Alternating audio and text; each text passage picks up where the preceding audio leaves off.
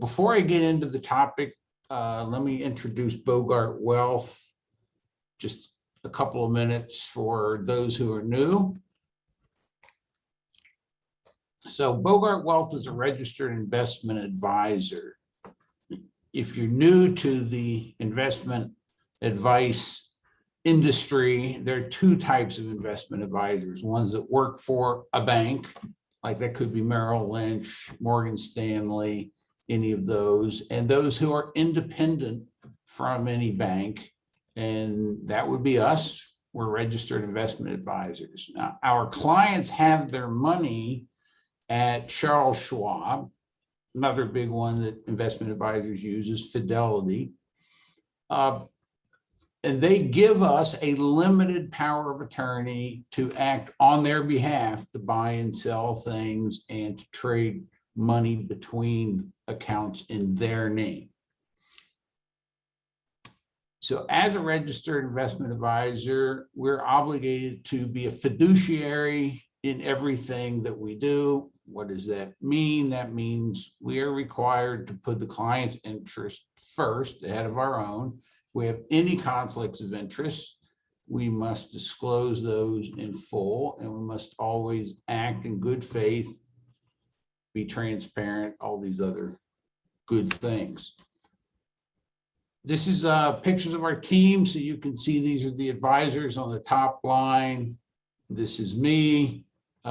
This is our CEO and president, James Bogart. The other folks support the advisors to support the clients, actually doing the interface with Schwab, actually managing the investment portfolios and that sort of thing. We also have a tax team for doing either tax pro formas or actually filing your income taxes. And we have 3 locations. Started out in McLean, Virginia, just a freeway exit or 2 north of the old Gallows Road facility, if that means anything to you. When Bogarts figured out that Gallows Road wouldn't be with ExxonMobil for very long, came down to Houston. I was one of the first clients that they picked up in Houston.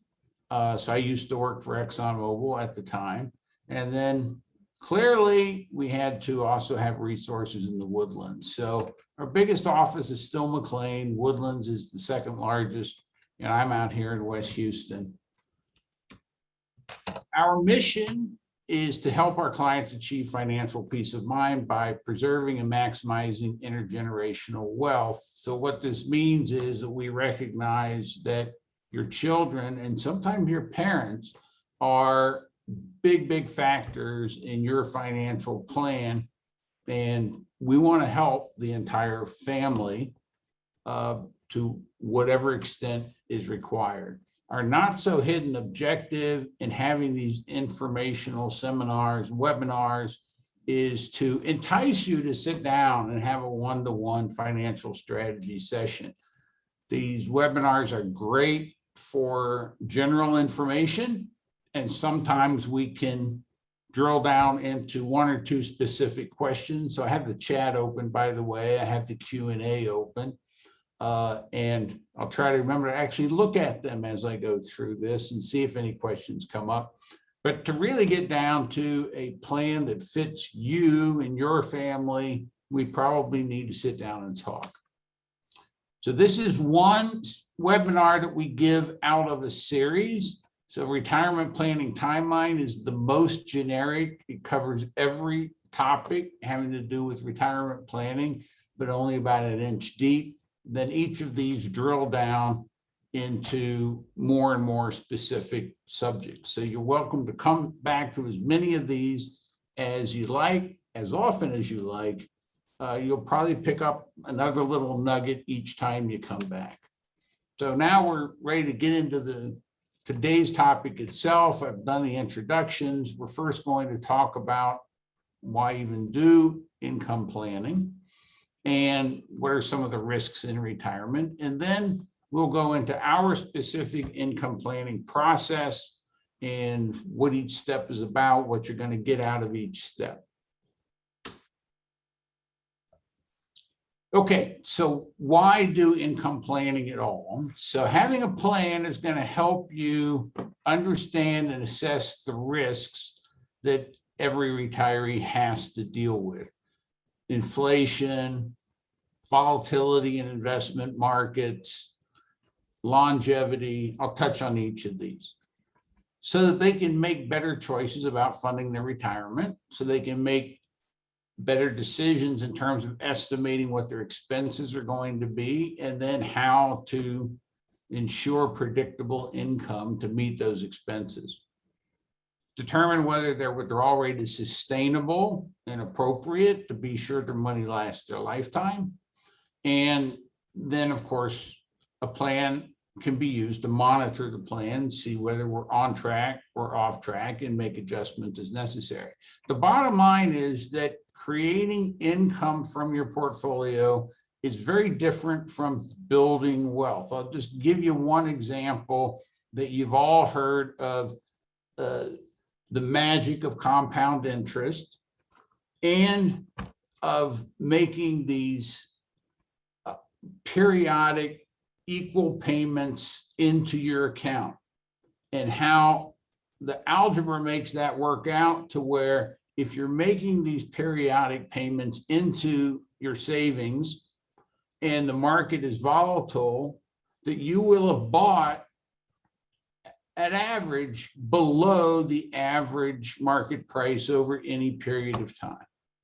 Okay, it seems like magic.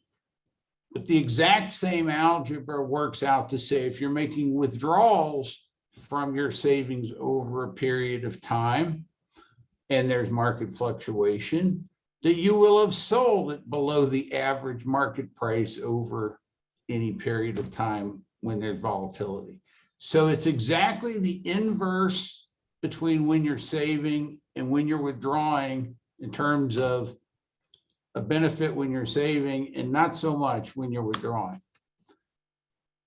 Okay, so everybody's retirement is going to be a little bit different. Family has a big impact. I already sort of touched on that. Health will have a big impact. Where you plan to live, whether you're going to upsize or downsize in retirement. So we need to have a plan that actually fits your retirement, not just some standard model that fits somebody else, but not you. So it all comes down to what are your activities going to be? Will you continue to work? I mean, I'm retired. I'm still working. Do you intend to leave a legacy? For some people, this is really important. For other people, it's hardly on the list. And outside of money, what is it that you really plan on doing with your retirement? So this is a survey that was given some years ago by a national planning organization, and they published these results. Now, people could have more, add up to more than 100%, okay? They could pick multiple goals or multiple things that were important to them. So this just rank ordered in terms of what percentage of the people picked these particular ones. So 79% said having secure, reliable income was important.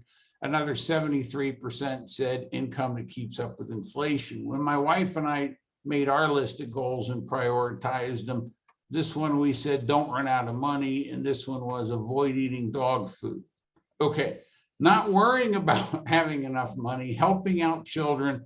And then we finally get into things that don't have anything to do with money. So although retirement is about a lot more than money, you'll forgive me if for the rest of today, I really just focus on the money. So these are some of the risks, which I already mentioned. So longevity, you know, if you're already 65, there's about a 50-50 chance that you and a partner, one of you are going to make it to 90, a 20% chance of one of you will make it to 95, and a 4% chance one of you will live to 100. Okay, you really have to plan on longevity. Inflation, we don't know what inflation will be. It's been much lower than 3% for the last 10, 20 years. but we don't know where it's going. People are really worried about that these days. So a 3% inflation rate would cut the value of your money more than half. So 50,000 going down to 23,880, cut it more than half in 25 years. And you're probably going to live more than 25 years. Sequence of returns is important, and the volatility of the markets is important. So starting out your retirement and the market crashes could not be good for you. Healthcare. So you've got healthcare, and then you've got long-term care, which is not really covered by health insurance. So so that would be like nursing home care. An asterisk footnote, yes, the first 120 days of nursing home care will be covered by Medicare. But when it gets into long-term, more than just a few months, then it's not going to be covered by Medicare. So health costs and long-term care can be big issues. So basically, you need a plan to be able to address these risks and have a plan for what you're going to do if some of these things happen. We can use historical averages, but they're not likely to fit your needs because there's no such thing as an average retirement. And that's why we have an approach that basically is going to be customized to your goals and assure you as much flexibility as possible. So this is the process. I'm going to go through this step by step by step, and to emphasize that it's not a one-time event. So for clients, we're updating these things on a fairly regular basis. Depends on the individual and their needs. So it might be once a year, or it might only be once every few years, but we're updating these fairly regularly. For somebody who's not yet retired, boy, sometimes we've done 30 or 40 of these things as they hone in on what their goals are. So step one is the retirement analysis, basically setting your goals and prioritizing them, determining how much income you're going to need each year to fund those goals, and realizing that income may change over time. So we see quite often that people early in retirement are spending more money than they did when they worked.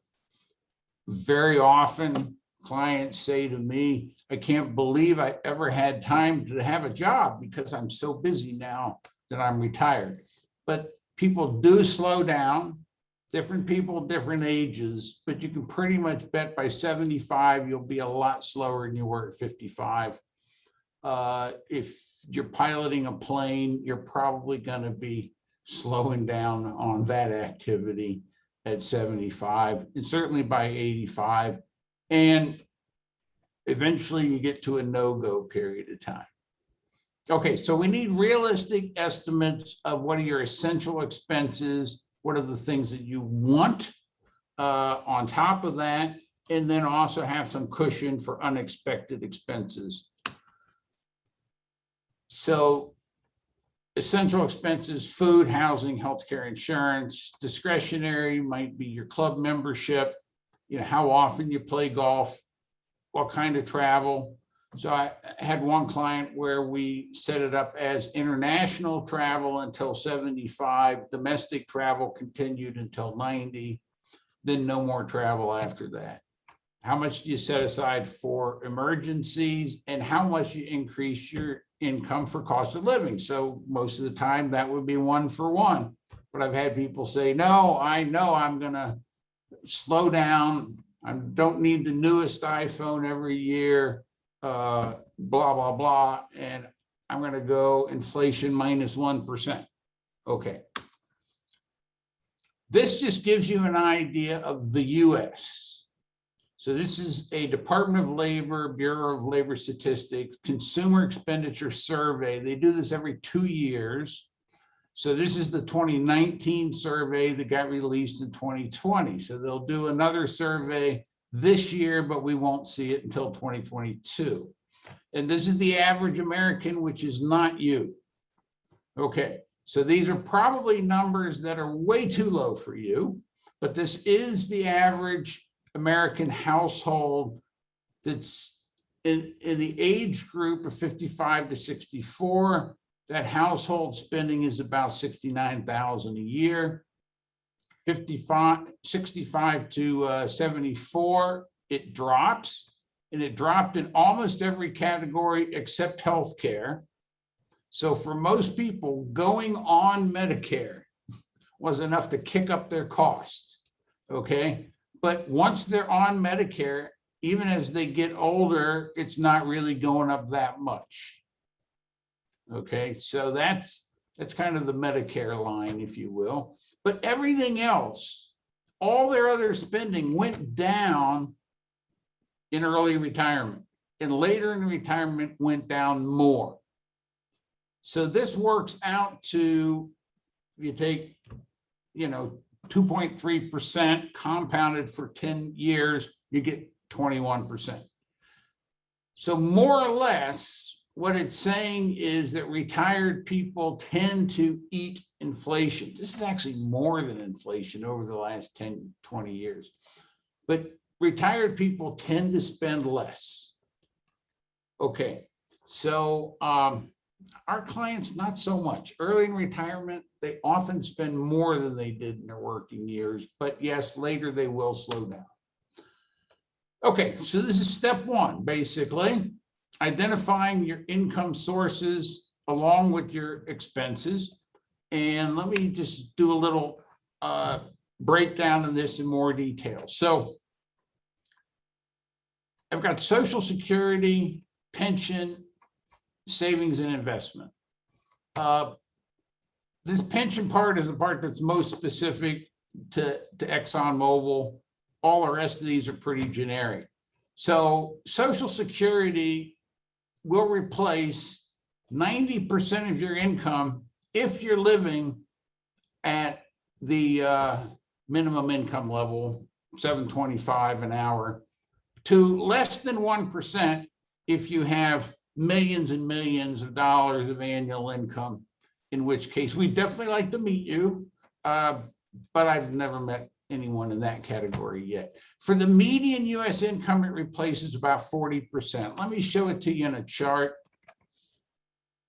So the dollar numbers on this chart change every year. These are the numbers for 2021, but the shape of this curve is the same every single year since Reagan was president.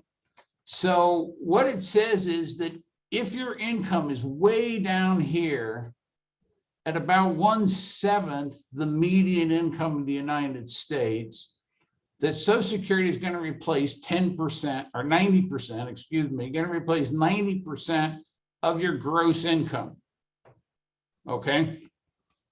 If you're at the median, it's going to replace 42%. So it's replacing this first 90, and then it's 32. And right at that point, it's hitting 42% replacement of your income.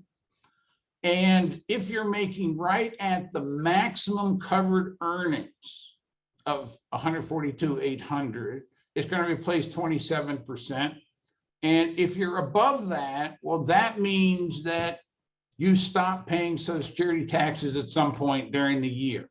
Okay. If you stop paying Social Security taxes in June, you are at 200% of the Social Security max. If it's not until September, then you're like at 150%.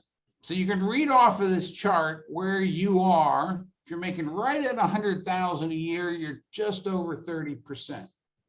So what I'm saying is for the typical oil industry employee that we're familiar with, you're going to be somewhere in the range of an executive who's going to get about 10% replacement to a paraprofessional who's going to get about 30% replacement rate. Now the pension. So if we think of the pension as the annuity, and you think of lump sum versus annuity as a separate decision, just think of the pension as the annuity, that it's going to replace 12% to 65% of the earnings. Where do I get that range from? So Well, we've run the tool. Okay, so this is a very old version of the tool. This is before the Pension Protection Act of 2006, when one model fit everybody and they would give you this Excel tool. And I still have that Excel tool. But this is kind of how it works out. And I've got two curves. I've got one that I'm calling the career employee. So you started work at age 22. At 55, you've got 33 years with the company. You know you can retire at 55 and 15, but that if you start your pension right away, you've got a 25% haircut off of having waited till age 60. So 5% a year is for early pension. And the other 3% a year to get the 8% a year is one more year out of 33 years is 3%. Okay, so here it's 3%, and by 40, it's only 2.5%, right? So this 3 here is kind of rounded up 3. It's really more like 2.5%. So you're getting 8% a year if you continue to work up to 38 years. And this is where I'm saying this is about 50%, a little over 50%, but that's where you're getting 50%. This line is totally different mindset. This is not the same person. It can't be. This is somebody who goes as soon as they can, 55 and 15, or they didn't get their 15 years until they were 60. Okay, so they're getting the 5% between 55 and 60, but they're not getting any more than that because remember, it's all 15. So they're never getting another year of experience in there. Okay, so that's where I got this range of it could be as low as 12%, could be as much as 65% of your earnings. And yes, thank you. Where would you like it? Anywhere. Okay. Sorry about that. So that's where I get this range, and it depends on age, years of service. And there's this thing, the Social Security offset, don't worry about it. So again, for the typical career employee, about 50% at age 60. Let's say you're in the middle of this range, 20%, and this is 50%. Can you really live off of only 70% of your income? Well, some people can. For one thing, you're no longer paying Social Security and Medicare taxes, okay? So you didn't really need 100% to have exactly the same lifestyle. And you're no longer saving for retirement, okay? You're now withdrawing from savings for retirement. So maybe 70% is pretty close. But for most people, that isn't going to do it. They're going to spend at least as much and maybe more with the extra travel that they want to do while they're still healthy enough to do it. Okay, so that's where your savings, your 401k, any other IRAs, teachers retirement program, anything else has got to come in and fill the gap. Okay, so that's everything on step 1. And we'll move on to step 2, which is the investment strategy. And what I would say is generally when I'm working with a client, we're talking about investment strategy and withdrawal strategy together. They make the most sense. But in terms of slides in a webinar, I got to cover one of them first. So we're going to cover investment strategy first. And we've got listed here the 5 most common strategies for retirement income. And a comprehensive strategy might include more than one of these elements, okay? So starting with the only one that you can use the word guaranteed with is an annuity. And I'll cover this more in the next slide, but there are basically 3 kinds of annuities: fixed annuities, index annuities, and variable annuities. The one that the company offers in the pension plan is a fixed annuity. Okay, sort of one step up from that is investing in bond ladders. If you haven't heard of a bond ladder before, I'll explain that in a minute, but basically you're investing in a series of individual bonds, and that will provide you income over time that is anywhere from pretty secure to very secure, depending on what kinds of bonds you're buying. And then there's income-oriented investments. Well, bonds are generating income, so you could say that's a subset of income-oriented investments, but these are generally dividend-paying stocks. They could also be preferred stocks. They could be limited partnerships. Most people are using this strategy, the fixed asset allocation. And sometimes people try to make it sound fancier by calling it modern portfolio theory. What I'll tell you is modern means 1950s. So when I think of modern portfolio theory, I'm imagining avocado colored appliances in the kitchen and an orange naugahyde sofa in the den. But okay, fixed asset allocation, I don't mean to denigrate it. I just mean to say anybody starts talking to you about modern portfolio theory, you gotta like, you really know what they're talking about? Generally not. Okay. And then there's dynamic asset allocation. So it basically starts with fixed asset allocation and then tweaks what's under the hood. So I'll talk about each one of these in a little bit more detail. But first of all is to know that how you feel about your investments will be different when you're retired. So, you know, you might say, well, I've been investing for a long time. I see the stock market come and go. I can handle it. It was a lot easier to handle when you had other income that you were living on. Okay, when you could ignore your 401k for months at a time or even years at a time. You won't feel the same way in retirement. So you basically need to think about building a portfolio that has some protection in it and having strategies already in place for what you're going to do when volatility strikes, because volatility will strike. I remember at the end of 2019, early 2020, people asked me what was my outlook for the market. And I told them all the reasons why the market was going to do great, and that the only thing that could bring the market down would be something totally off the radar screen. Well, that's what happened in 2020, right? Okay, you have to be ready for those times because they will happen. So, three basic types of annuities. Fixed, you can think of it as like a bank CD. It's going to pay out a fixed rate of return. It's very safe. And basically, when I say held in, that means that this is basically the insurance company's issue to be able to make sure they have the money, that it's invested appropriately to pay you off. Or if you're taking the company pension, the same thing in the case of the pension plan. Now, the company pension is triple guaranteed. It's guaranteed by the company as long as they're around. But even if they dry up and blow away like the autumn leaves, the pension plan should have all the money that it needs. Should be 100% vested to be able to meet all of its obligations. And even if somehow they screwed that up, it's backed by the PBGC. An insurance company pension is insured by the insurance company, and every state has a guarantee fund as well.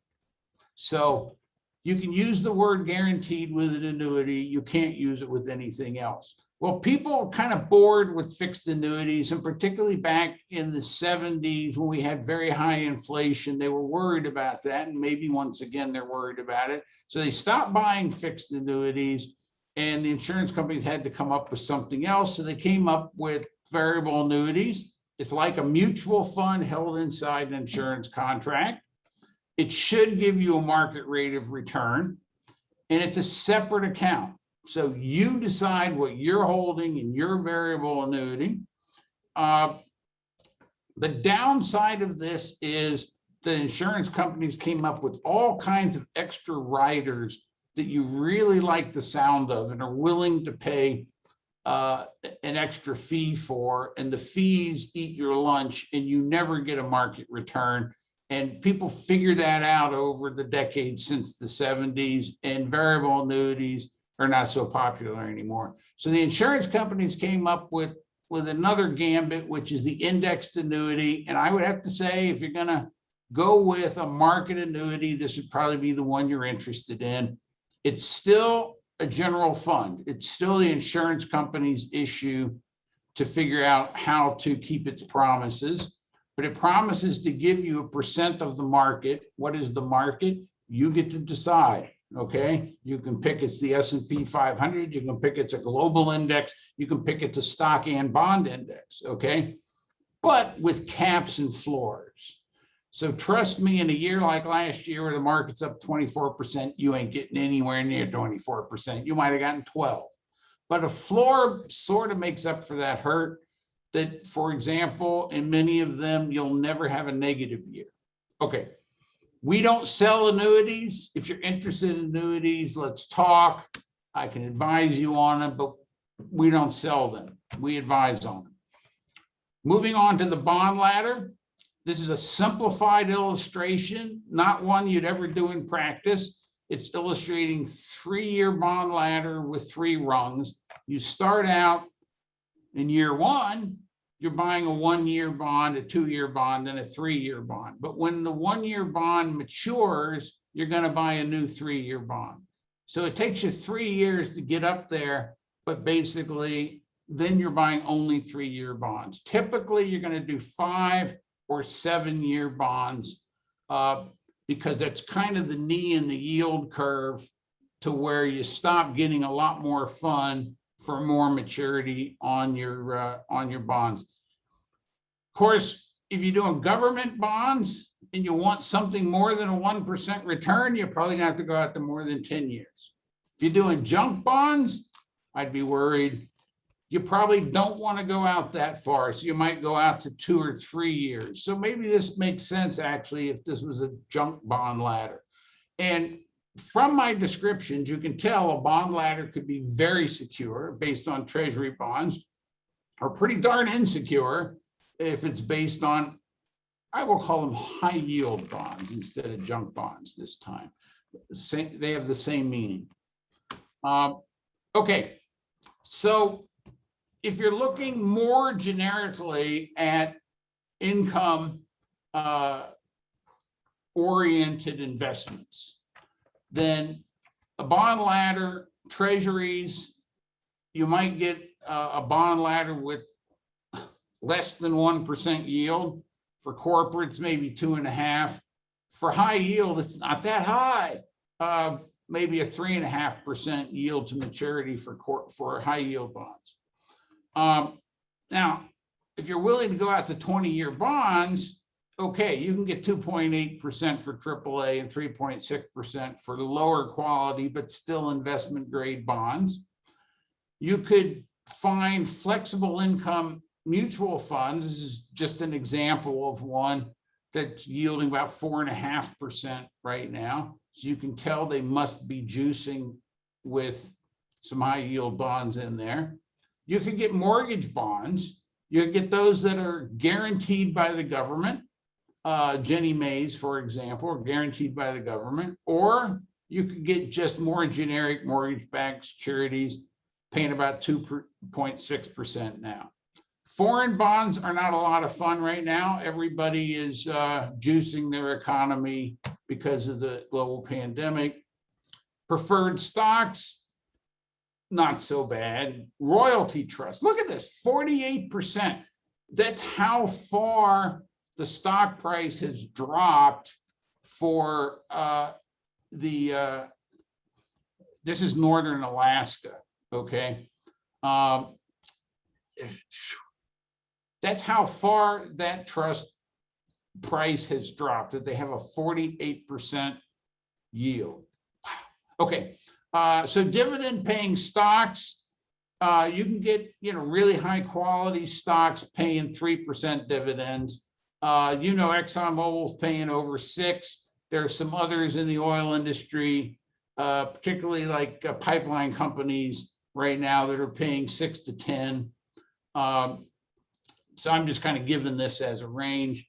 And the 10-year treasury as of Monday was 1.63%.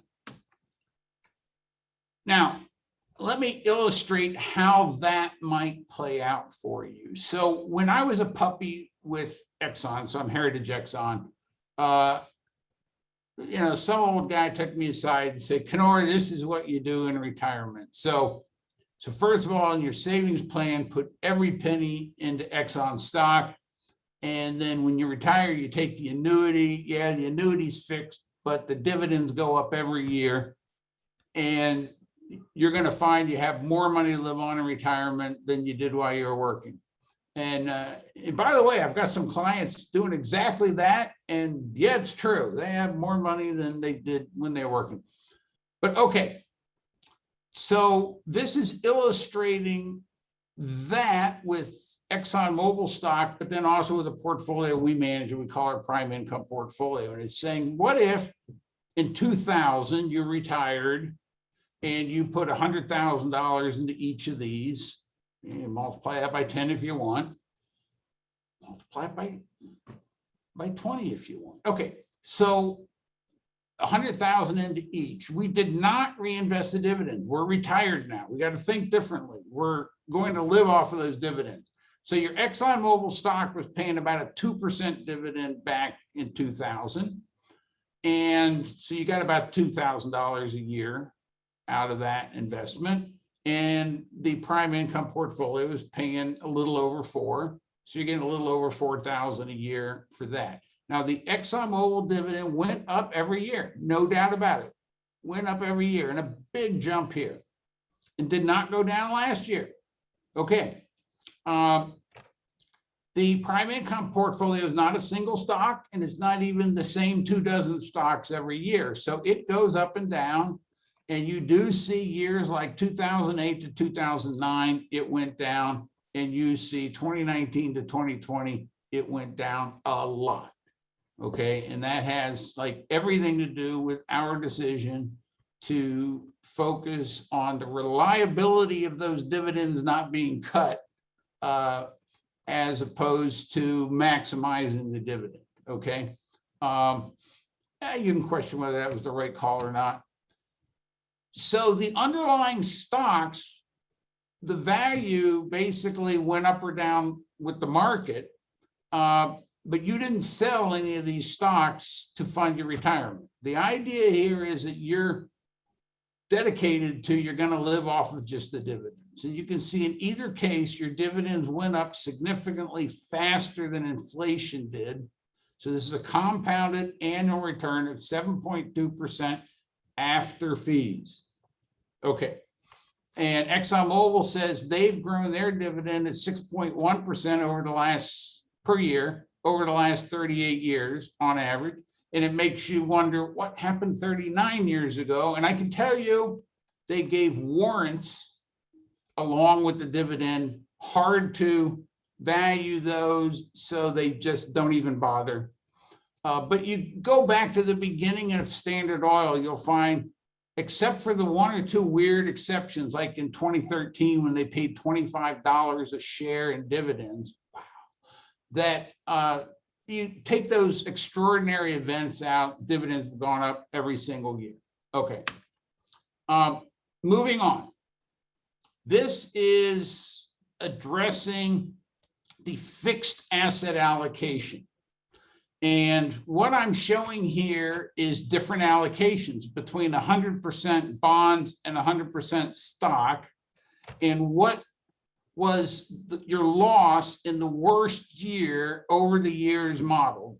So this is based on 1980 to 2018, just for convenience. Many people have done this analysis.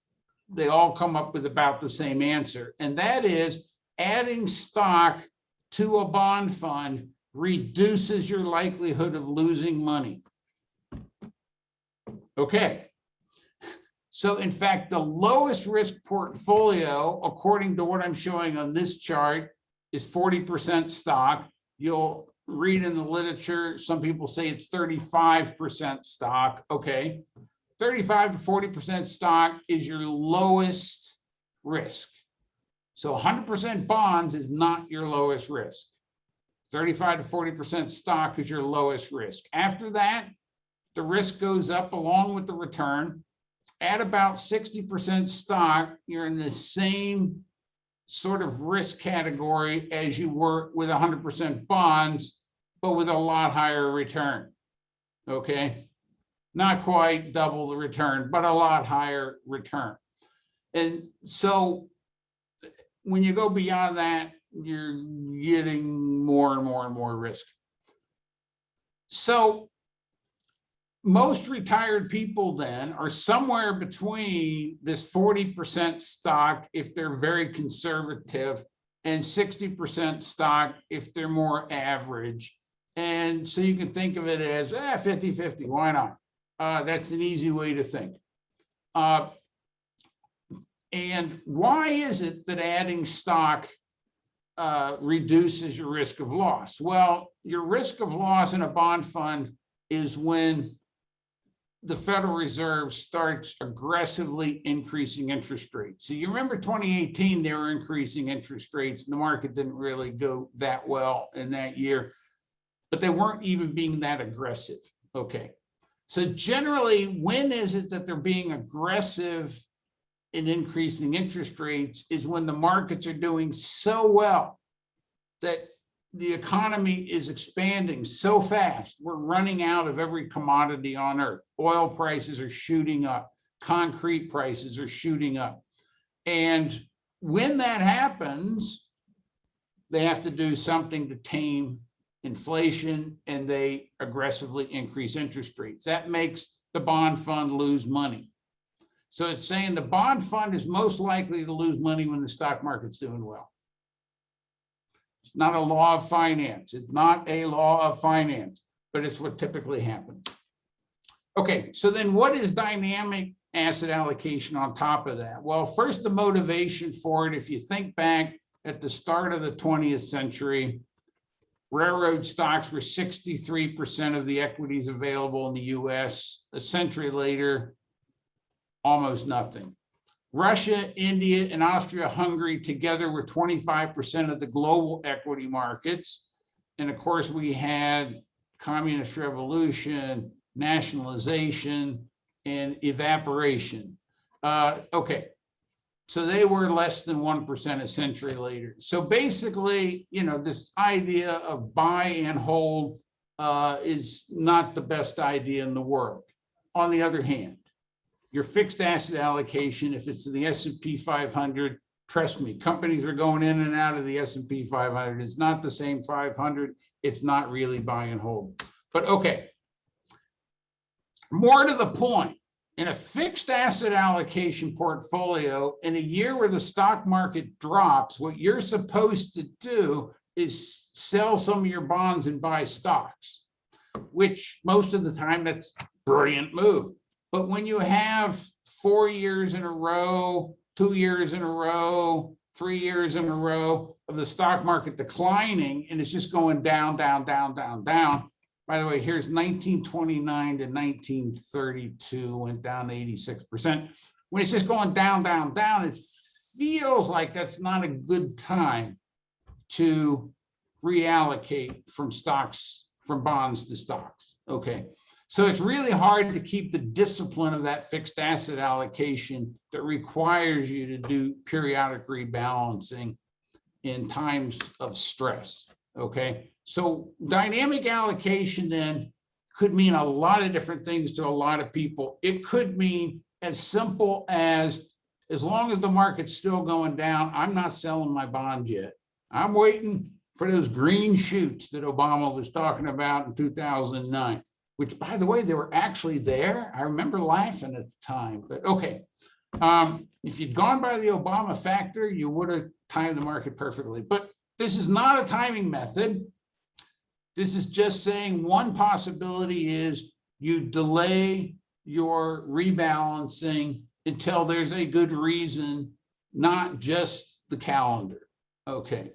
Another would say, well, you know, let's look under the hood. We're going to maintain this 60-40 stocks and bonds, but will we always have the same ratio of domestic to international? Not necessarily. Will we have emerging markets in or out? Will we have small cap in or out? Those kinds of adjustments under the hood. Same kind of thing on the fixed income side. Are we going to favor treasury bonds, corporate bonds, even junk bonds? We're going to be going with floating rate bonds. What about convertible bonds? So you've got all these different options. You can extend your maturities. You can tighten your maturities. You can go to lower credit quality in good times. You want to tighten up the credit quality when things are getting a little rocky, okay? And basically all the other people doing the same thing is what creates trends in the market. So if you're just following the trends in the market, and I'm not saying you follow it with your money, I'm saying you follow it with your mind, then that should help you know, well, what's going on and what's most likely to happen next. So then you would rank your asset classes based on the relative strength. And I don't just mean by that which ones are going up the most. You have to always do things with a consideration of, and what is the risk? So you have to adjust for the risk when you're doing these relative rankings. And then you just align your allocation to the strongest asset classes. This picture here is for illustrative purposes only. This is not a method to manage your money. It's a way to think about it. And I know you can't read these boxes, probably, but you can see the colors. So you can see this one's emerging markets. And back here in 2003, 4, 5, 6, 7, they were at the top. 2008, they were at the bottom, down 53%. And then pops back up 78%, okay? If 2007 to 2009, you caught that one trend, not perfectly, but directionally correct. This would have improved your gains, okay? Here's cash, by the way, in blue. Went from the third best, fourth best, all the way down to the bottom, back up, down, up, okay. So these things are all over the place, but those movements should tell you something about the market. And I don't mean year to year, I mean month to month. Okay, so that's everything on the different investment strategy elements. And again, you might combine more than one of these to have your portfolio. And I said that investment strategy and withdrawal strategy kind of go hand in hand. So we're going to talk about the three most common withdrawal strategies here. The first one being income only. The idea of income only is you're probably investing in like those dividend paying stocks or dividend paying stocks plus a bond ladder to create income. And you swear you are never going to spend more than the income that's generated. And so this strategy can pretty much guarantee you will never run out of money. You can't run out of money if you never sold anything. Well, you could if all the values went to zero. We had a communist revolution or everything got nationalized. Okay. The US dollar became worthless and everybody's trading on Bitcoin. But okay, so it's not a guarantee, but it's pretty darn positive that you're never going to run out of money if you can live only on the interest and dividends. The problem is most people cannot live on only the interest and dividends. And so that's why most people do not pick this strategy. But you know, those who can and have picked this strategy, I've seen are very happy customers. All right, let me jump down to systematic withdrawals. So imagine here, oh, by the way, so this certainly pairs up with, and I think I already said it, that strategy of dividend paying stocks or that strategy of a bond ladder. So there's a good pairing, investment strategy and withdrawal strategy. Systematic withdrawals, I'm going to illustrate it with somebody who has a fixed asset allocation, and I'm going to illustrate it with somebody who went 50-50 stocks and bonds. Okay, and let's just say they put their stocks in one account and their bonds in another account, so they could always tell at a moment's glance which one was bigger. Every month they need some money. All they do is look at which of these two accounts is bigger. That's where they get their money from. Okay, 7 years out of 10, that'll be they're pulling it out of the stocks, because 7 years out of 10, stocks are going up more than bonds are. Okay, if just pulling the money out is not enough to keep them in balance, then every so often they're going to intentionally sell the bigger one and buy the smaller one. So again, 7 years out of 10, they're going to be selling stocks and buying bonds. What this approach guarantees you that you avoid the two biggest mistakes that people make in retirement investing, and that is buying high and selling low. So they buy on euphoria, they sell on panic. That's the two worst strategies. And this guarantees you you're selling all the way up. And depending on the granularity in which you're doing this, you're buying all the way down. Okay, well, most people are not buying all the way down. They're periodically rebalancing. And that'll either be like once a year if they like to do a calendar basis, or it'll be when they get out of whack by more than 5%, 10%. So that instead of 50-50, it's 60-40 or 45-55. So that's the systematic withdrawal. It's a lot more flexible than the income only. So imagine somebody who's retiring in their 50s. They can't start Social Security for a long time, and they're not advised to start Social Security for even longer than that. They don't have that Social Security income. And so they're kind of have less money to spend. They're going to have more money to spend when they're older. Well, this person doesn't have to worry about that. They can make the higher withdrawals now and reduce their withdrawals later once they start Social Security. So this gives you a lot more flexibility. What it does not guarantee is that you won't run out of money. So you have to have another way of thinking about it that I'll show you in a couple of minutes of, all right, am I safe or am I not safe?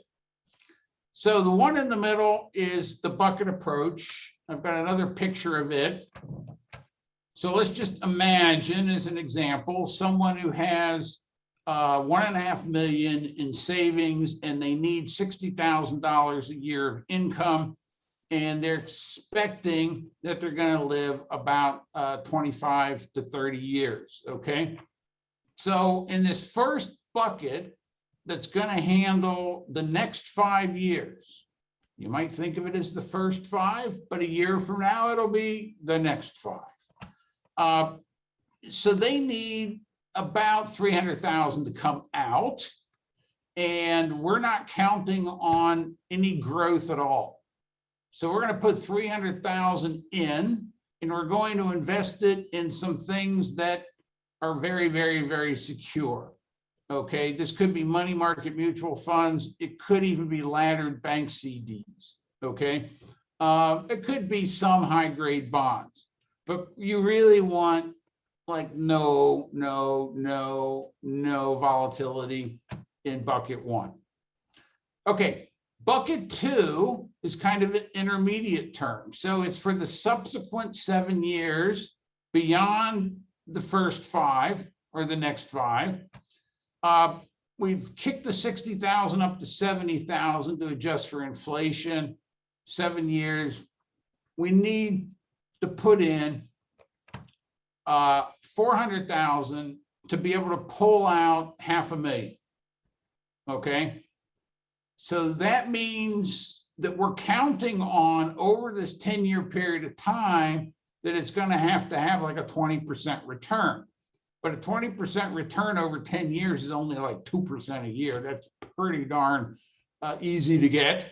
So this is going to be mostly bonds, but some stock.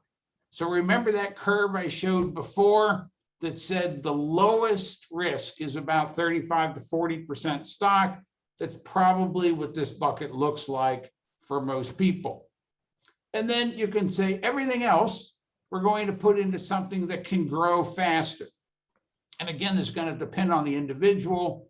This may be just that 60% stock, 40% bonds, no more risky than 100% bond portfolio. Or some people take a little more risk than that and say, I don't need this for at least 10 years. The market is never disappointed over that long a period of time. And I would say, asterisk footnote, in the US in the past, we really don't know. Okay. So this depends on the person's risk profile. But again, we've kicked that 60,000 up to 70, now up to 90. So we need like 1.2 million. We're putting in 800,000. So we're counting on like a 50% growth. Okay. Over the last 10 years, a 60-40 portfolio more than doubled in size, 100% growth, more than 100%. So that's still pretty conservative assumptions. And what this allows a person to do is not worry so much about market fluctuations, knowing that they've got plenty of years of secure money.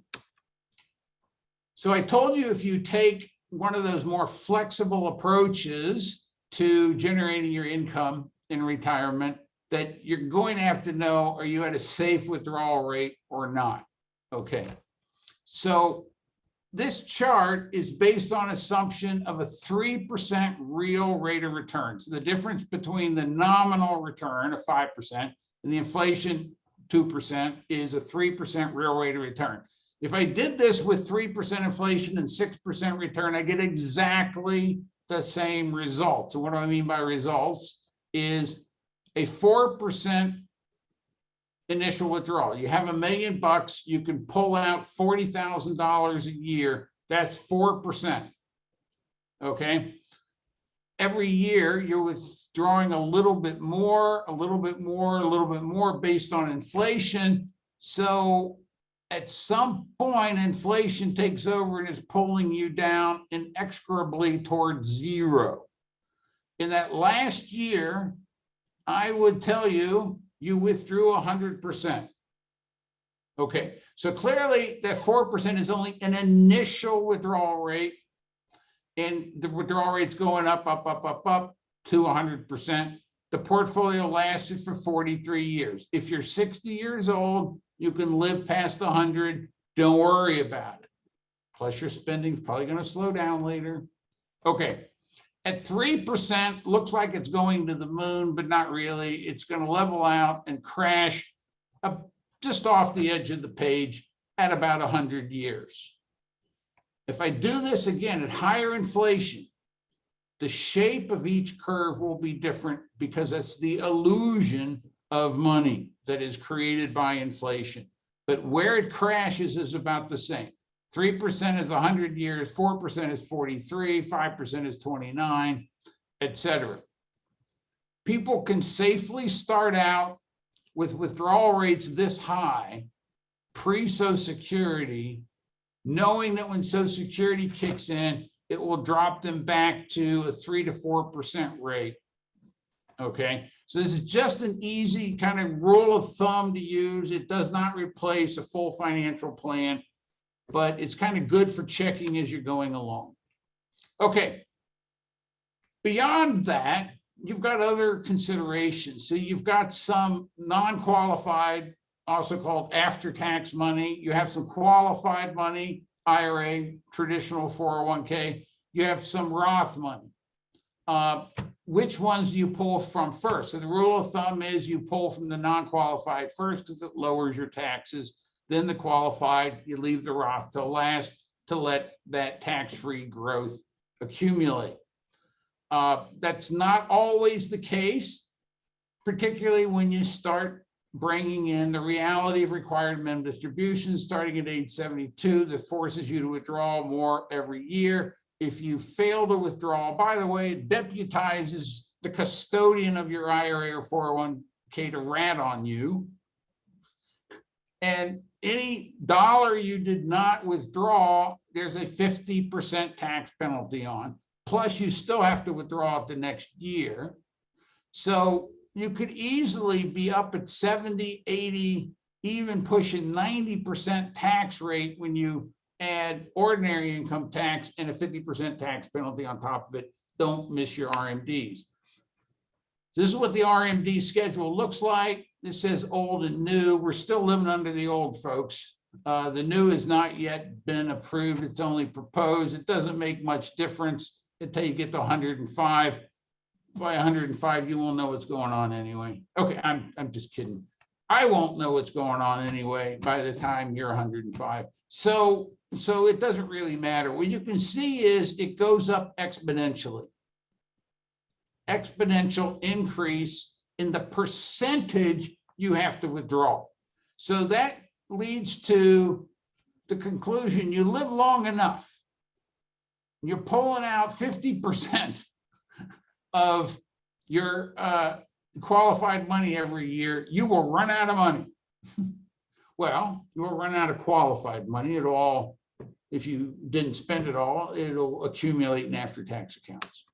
Okay, so that means you may very well have what we call excess required minimum distribution. So here's an example of someone who, when they hit age 72, this is their required distributions, and the black line is what they're spending, and it kicked up, by the way, just to pay the damn taxes on the required distributions. So you can see all this money that they're required to withdraw that they were not planning on spending, and by withdrawing that from an IRA, they're paying tax on. Okay, so here in the early part, they're in the low tax years. Here they're in high tax years. So this is what it looks like. The year of retirement, really high tax. This person must have had a high income, maybe they had a supplemental or additional payments plan, whatever. High in the year of retirement.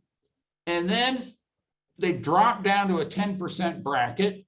And then they're popping up here when they have required distributions to a 33% bracket. And they're between 33 and 35 the rest of their life. So the opportunity would be, while you're in this low tax bracket, voluntarily pay additional tax, do some Roth conversions that would pull down these taxes later. So this is what their profile looked like: after tax dollars, spend it down, have only qualified dollars, and then later on, because of excess required distributions, they didn't spend it all. Money accumulates again in after-tax accounts. What we did was had them do, we didn't do this, we planned this, is that they would do conversions this year, next year, and the next couple of years after that, in total $700,000. And we picked these not round numbers to bump up against the top of the next tax bracket, okay? So we're call that bracket bumping, bracket bump. So by doing that, it lowered their required distributions significantly. So they were withdrawing $1.7 million less as required minimum distributions over time. So their taxes were higher in the first couple of years, but then lowered for the rest of their life. Okay, so they saved $500,000 in taxes. And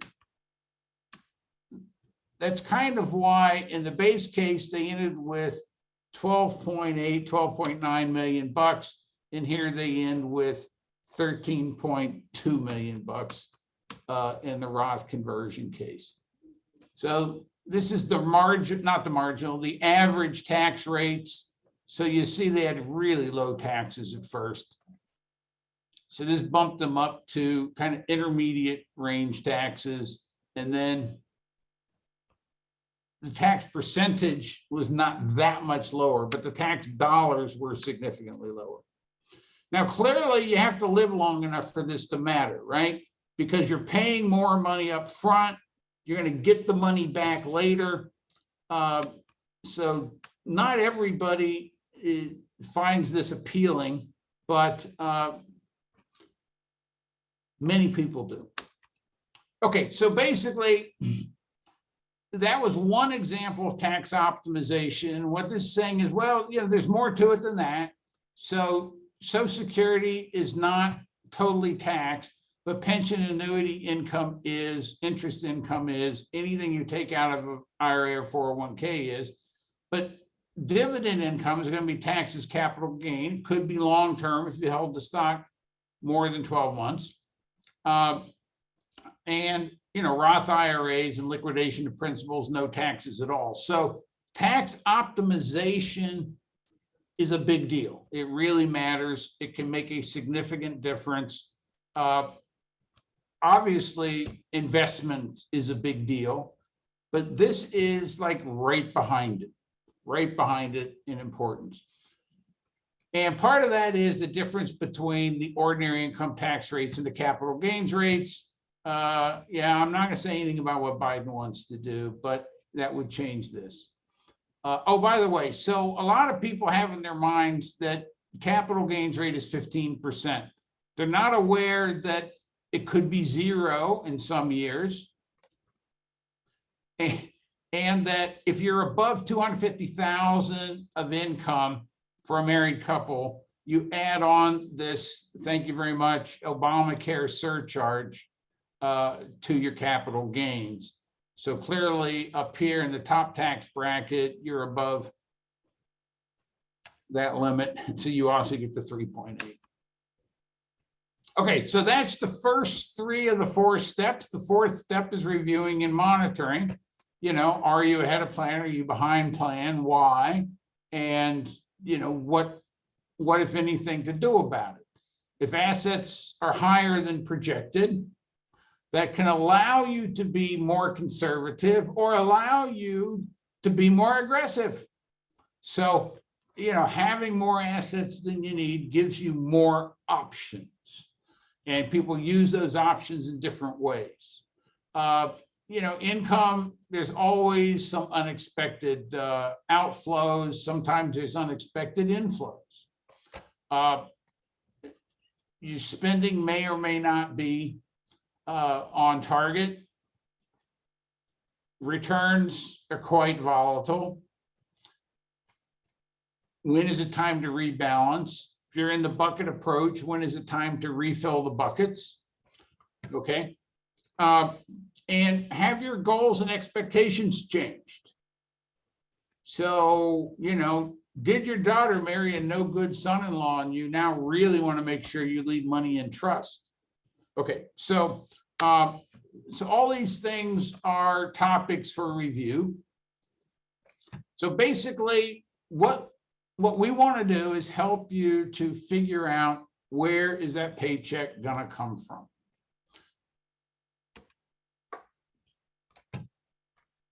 Spending strategies, withdrawal strategies, these are very, very individualized. And, that's what we're here for, is to work with you one-on-one to come up with the investment strategy, withdrawal strategy that works for you. And I hope that I've convinced you, you really need a plan. And if you're looking for financial advisors, we would say you really want one who's going to be a fiduciary on your entire portfolio. We think being a certified financial planner is a good start. They know your retirement plan.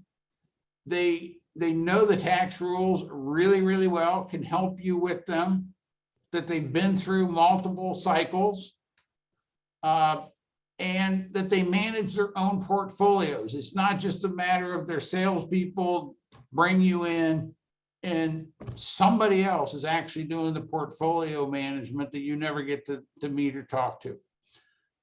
Most advisors kind of have one way of doing things. They're not really conversant on all the strategies that I mentioned today. And most of them do a plan just so they can find out what your assets are like, and they never see that plan again.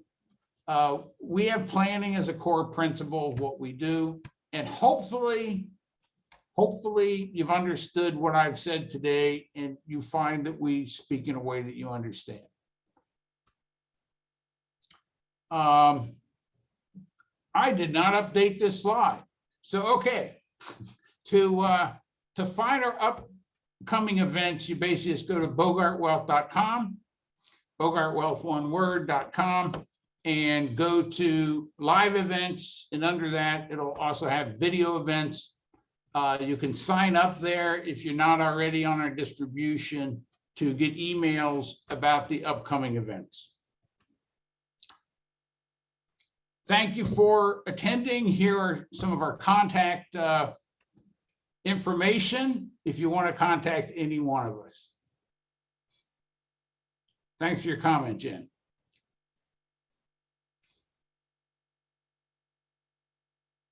All right, I got very few questions, so either I flew through too quickly or you loved it. How to get a copy of the deck? Yes, okay. Write to Mindy Harbor. You can always write to me, and she will be happy to get you a PDF of all of these slides. I'll leave this up for just another minute. Thank you for attending.